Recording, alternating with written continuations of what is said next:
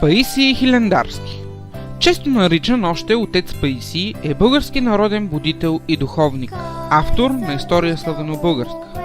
Изразените в труда му идеи за национално възраждане и освобождение на българския народ карат много учени да го сочат за основоположник на българското възраждане, канонизиране за светец с писмен акт на Светия Синод на Българската църква през 1962 година.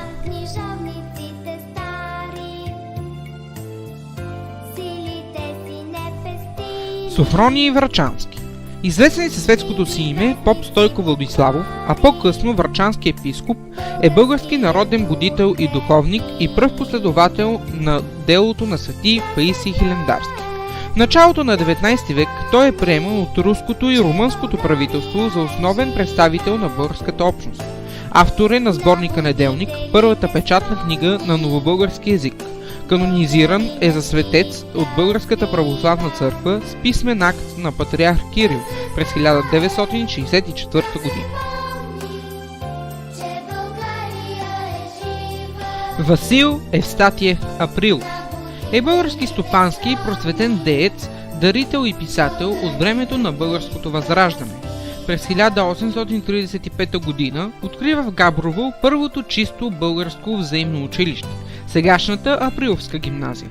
Освен значителната парична и организационна помощ, която оказва на българското просветено движение, издава и няколко книги, с които дава насока на възрожденското училищно дело.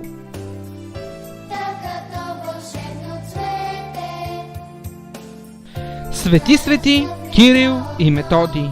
Солунските братя, както още са известни, братята Кирил и Методий са канонизирани като светци за превода и популяризирането на Библията на старобългарски език и разпространяване на християнството сред ранносредновековните славяноезични народи. Титулувани са като равноапостоли и славянски апостоли. На 30 декември 1980 г. папа Йоан Павел II ги обявява за съпокровители на Европа.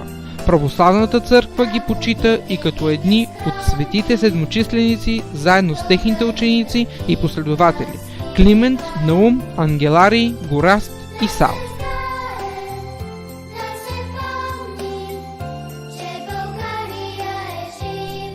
Любен Стойчев Каравелов е български поет, писател, енциклопедист, журналист, етнограф, национален герой, поборник за освобождението на България от османска власт.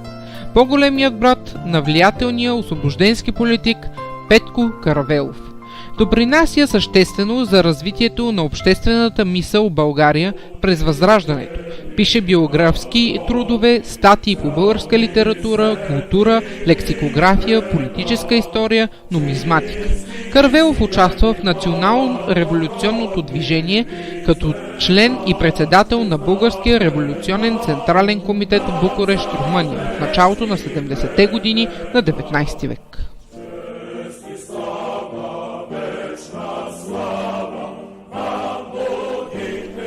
Неофит Рилски е български монах, учител и художник.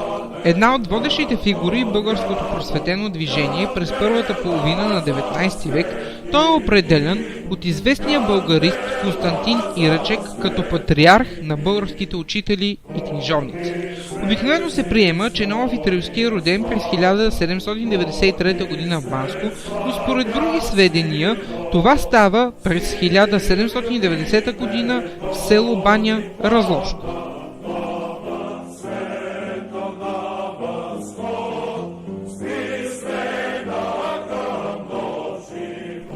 Стефан Тодоров Димов, наречен Стефан Караджа, е български национален герой, революционер от българското национално освободително движение и войвода. Интересно с неговото име е, че на Антарктическия полуостров връх Стефан Караджа е наименуван на революционера.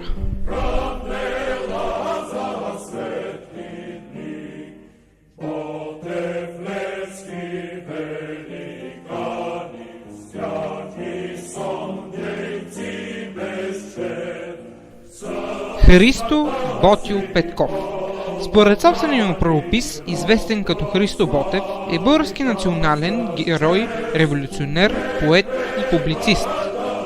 Литературното и публицистичното наследство на Ботев не е голямо по обем, но по своите художествени достоинства то бележи върха не само във възрожденската, но изобщо в цялостното развитие на българската литература.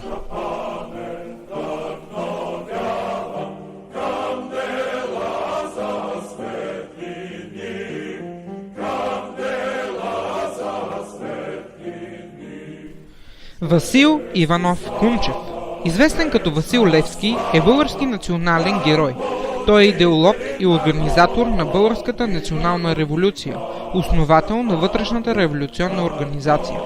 Известен е и като апостол на свободата заради организирането и разработването на революционна мрежа за освобождаване на България от османско владичество.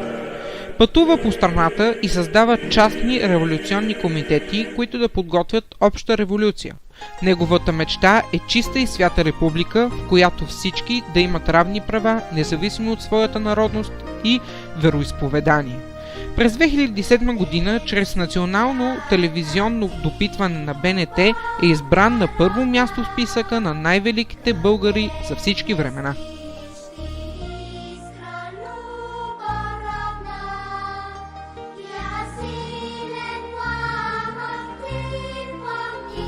Димитър Николов Асенов, по-известен като Хаджи Димитър, е един от най-значимите български войводи. Загива едва 28 годишен след тежко сражение на чедата му с османски части. По повод на смъртта му, Христо Ботев написва едноименната си поема.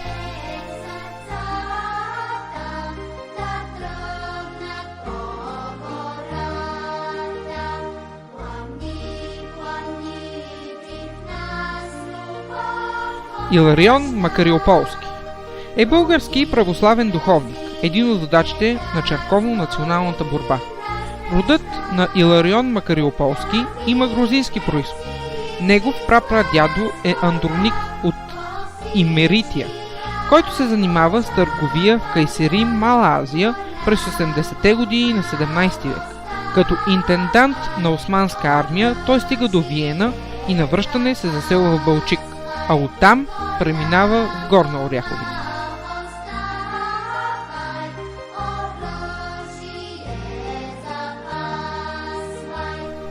Георги Стойков Раковски, по рождение Съби Стойков Попович, е български революционер и възрожденец. Раковски е основоположник на организираната национално-революционна борба за освобождението на България. Революционер, демократ, публицист, журналист, историк и етнограф.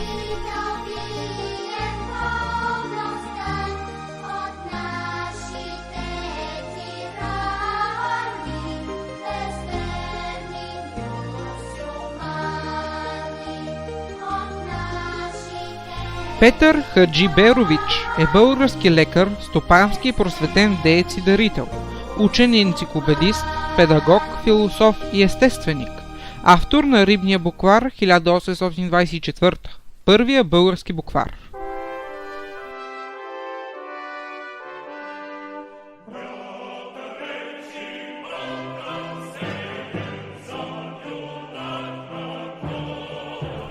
Иван Минчов Вазов е български поет, писател и драматург, наричан често патриарх на българската литература.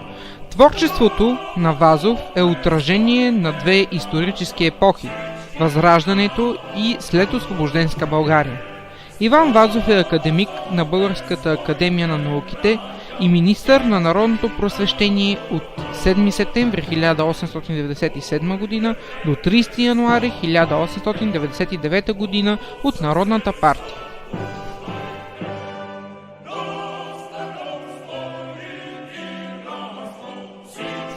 Георги Бенковски или Гавриил Груев Хлътев е български революционер, основна фигура в организацията и ръководител на Априлското въстание в 1876 г. в 4-ти революционен окръг и като цяло.